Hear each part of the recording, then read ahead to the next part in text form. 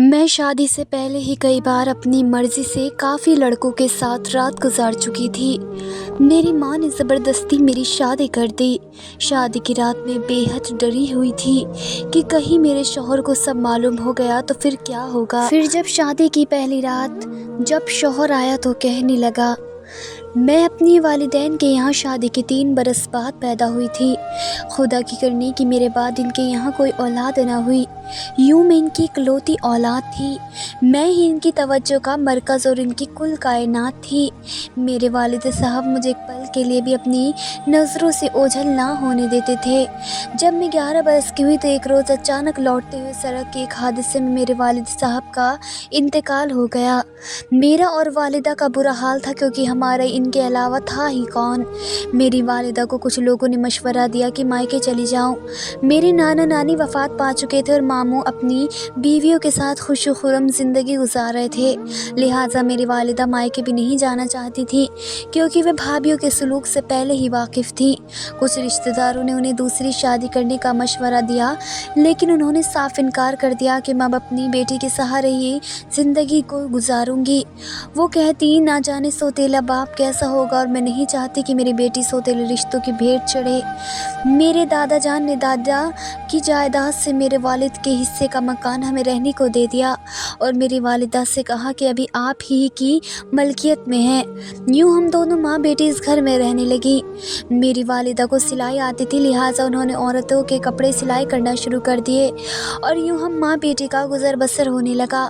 تایا بھی ہماری کچھ مالی مدد کر دیا کرتے تھے اور زندگی کی گاڑی چلنے لگی۔ میں بھی اپنی ہم عمر لڑکیوں کے ساتھ اسکول جاتی تھی۔ ماں پہلے گھر کے کام کرتی اور پھر سلائی مشین رکھ کر کپڑے سلائی کرنا شروع کر دیتی تھی۔ اپنی مصروفیت کے بعد وہ مجھے کم ہی توجہ دے پاتی تھی۔ میں نے میٹرک کر لیا تو آگے پڑھنے کا ارادہ ملتوی کر دیا، مگر گھر بیٹھے بیٹھے بوریت محسوس ہوتی۔ اسکول جاتی تھی تو سہیلیوں کے ساتھ دل بہل جاتا تھا۔ گھر میں نہ تو میرا کوئی بہن بھائی تھا کہ جس سے میں باتیں کر سکتی، امی ہر وقت بس مصروف رہتی تھی۔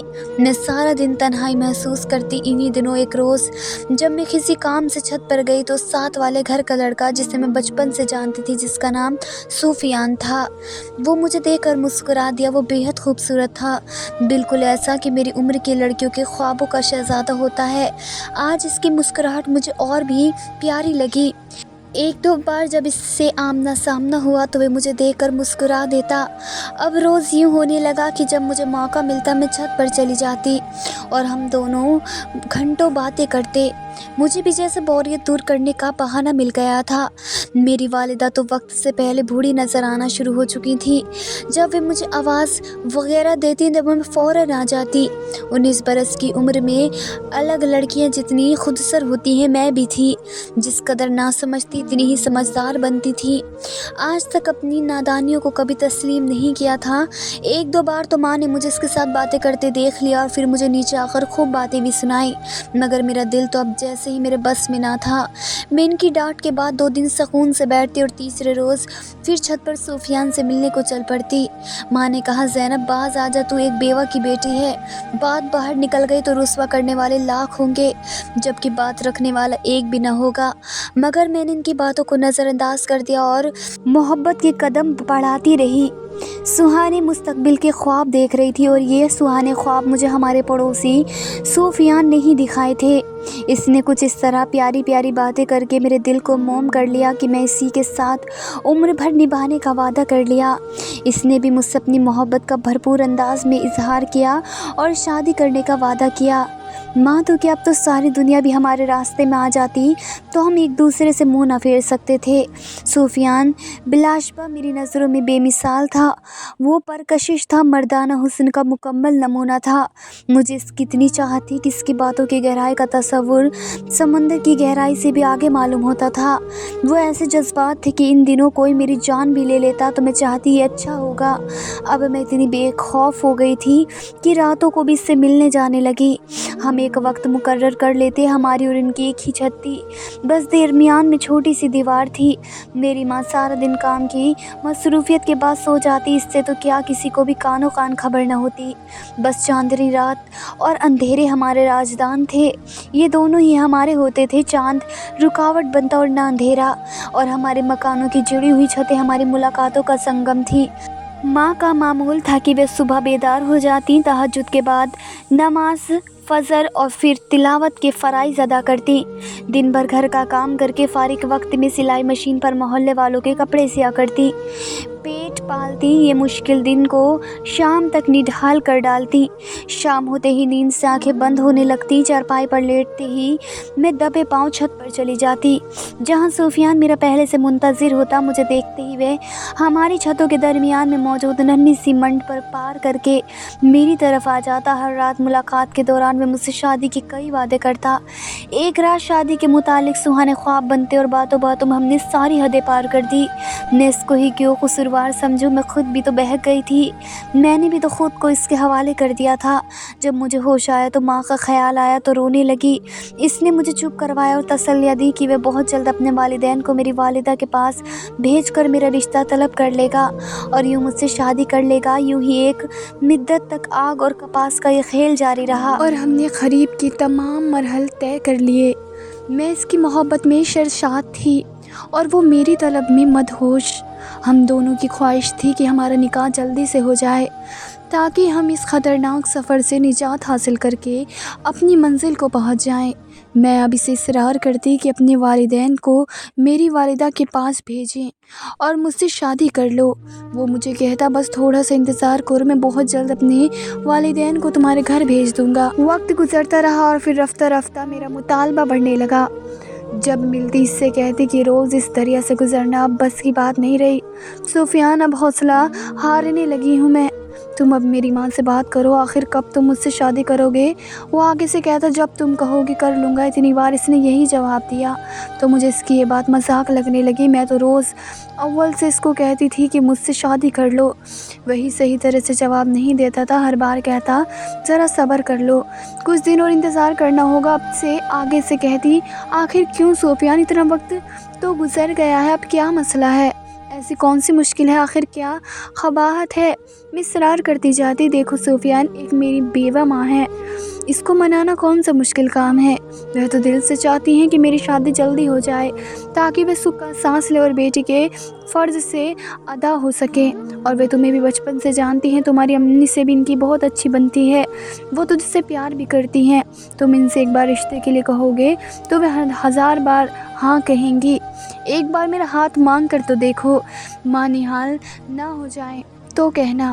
وہ آگے سے کہتا تمہاری ماں کی طرف سے تو میں مطمئن ہوں، مگر ڈر مجھے اپنے گھر والوں کی طرف سے ہے، وہ نہیں مانیں گے، انہیں کو منانے کے لیے مجھے مہلت چاہیے۔ میں اپنی امی سے تمہارے بارے میں بات کر چکا ہوں، وہ کہتی ہیں کہ میں تمہارے ابو کو منا لوں گی، مگر ابھی تمہیں کچھ دن صبر سے لینا ہوگا، مگر تم صبر کرو تو تب نہ۔ ایسا کہتے ہوئے سفیان کا لہجہ اس قدر یقین بھرا ہوتا کہ میں بھی یقین کر لیتی، دل میں سوچتی وہ اس موڑ پر مجھے دھوکہ نہیں دے گا جب میں اس کے بغیر اس پتوار کی کشتی میں ماند ہو چکی ہوں۔ جب میری امی مجھ سے میری شادی کے متعلق بات کرتی یا کسی رشتے کا تقاضا کرتی تو میں انہیں فوراً جواب دیتی تھی کہ میں صرف سفیان سے شادی کروں گی۔ امی آگے سے مجھے کہتی تو پھر اس سے کہو نا کہ وہ تمہارا رشتہ بھیجے، میں تو تیری خوشی چاہتی ہوں، اگر سفیان بھی راضی ہے تو میں تمہاری ادھر ہی کر دوں گی، مگر وہ رشتہ تو بھیجے۔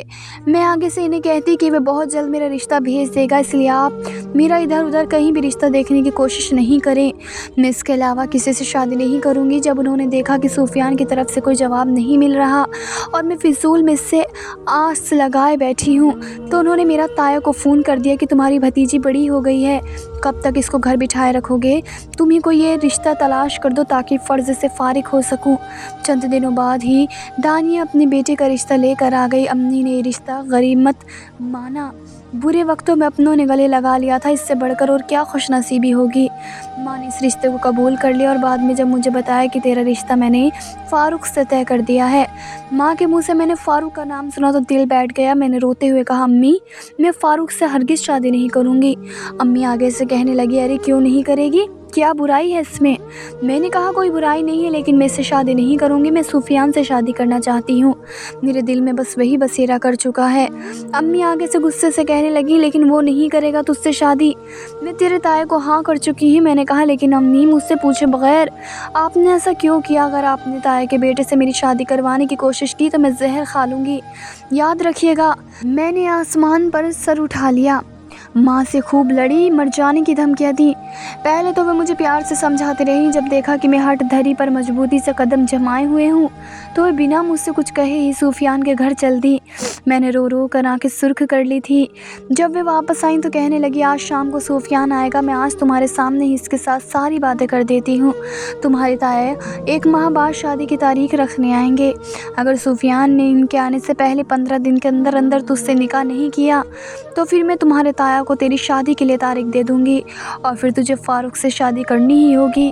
خیر انہوں نے کچھ غلط نہیں کہا تھا، سفیان سے جا کر صاف بات کی تھی، وہ تو عرصے سے منہ میں کنڈلیاں ڈالے بیٹھا تھا، مجھے تو وہ ٹالم ٹول کیے جا رہا تھا۔ اب ماں درمیان میں تھی اور یہ موقع میرے لیے غنیمت تھا کہ میں خود اسی دن کی منتظر تھی، میں شام ہونے کا بے صبری سے انتظار کر رہی تھی۔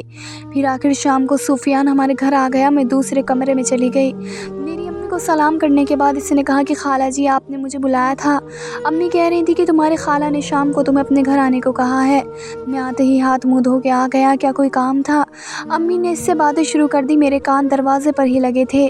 والدہ ہی ساری بات کرنے لگی اور اس کو بتا رہی تھی لیکن وہ خاموش تھا۔ پھر آخر کوئی توفیق کے بعد امی نے ہی خاموشی کو توڑا، سفیان بتا اب تیری کیا مرضی ہے، ہر بات صاف صاف بتا دے، دھوکے میں نہ رکھنا، میں بیٹی کی خوشی چاہتی ہوں، تیری رضا جاننے کے بعد ہی فیصلہ کروں گی۔ وہ کافی دیر خاموش بیٹھا رہا، پھر کہنے لگا خالہ جی میں تو دل سے چاہتا ہوں کہ آپ کی بیٹی سے شادی کروں، مگر میرے گھر والے نہیں مانتے، میں نے انہیں منانے کی بہت کوشش کی ہے مگر وہ نہیں مانتے، وہ میری شادی میں شریک نہیں ہوں گے اگر میں نے آپ کی بیٹی سے شادی کی۔ امی آگے سے کہنے لگی کوئی بات نہیں بیٹا، تم 2-4 دوستوں کو ساتھ لے آؤ اور انہیں 15 دنوں میں کسی دن میرے گھر آ کر زینب سے نکاح کر لو تو بھی میں راضی ہوں، مجھے اچھے سے احساس ہے تمہاری مجبوری کا، لہٰذا اس طرح بھی تمہاری اور زینب کی شادی پر مجھے کوئی اعتراض نہیں ہے۔ امید تھی کہ وہ ماں کی بات سن کر خوشی سے کھل اٹھتا اور فوراً شادی پر راضی ہو جائے گا، مگر میری حیرت کی انتہا نہ رہی جب میں نے اسے بجھا ہوا پایا۔ وہ پھر سے ٹالا مٹول کرنے لگا، بات کرنے کا انداز ایسا تھا کہ صاف انکار بھی نہ تھا، مگر مجبوری اس قدر بیان کر دی کہ مطلب انکار میں جاتا تھا۔ میرے آنسو اب آنے لگے تھے، میں نے دروازے کی چوکھٹ کو مضبوطی سے نہ تھاما ہوتا تو شاید گر پڑتی، سوچ بھی نہ سکتی تھی کہ وہ اس طرح میری ماں کو دل شکین جواب دے گا۔ کچھ دیر بعد وہ کہنے لگا خالہ جی آپ کو شاید بہت جلدی ہے زینب کی شادی کی، آپ کو اختیار ہے، آپ اپنی بیٹی کی شادی کر دیں، میں تو جب اپنی مجبوریوں سے نکلوں گا تبھی شادی کے بارے میں سوچوں گا، اس میں 5 سال بھی لگ سکتے ہیں۔ یہ ساری باتیں کرنے کے بعد وہ چلا گیا۔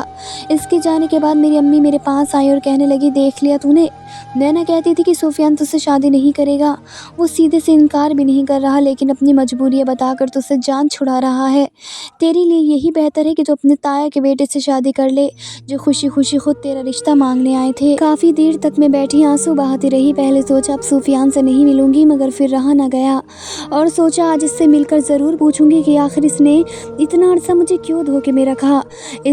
جب سفیان سے ملی تو اس سے خوب لڑی، جس نے پھر سے یہی کہا کہ میں ایک نامعقول مدت تک شادی نہیں کر سکتا، اگر تم میرا انتظار کر سکتی ہو تو کر لو، اگر میرا مستقبل میرے حالات سنور گئے تو کسی دن تم سے نکاح بھی ہو جائے گا۔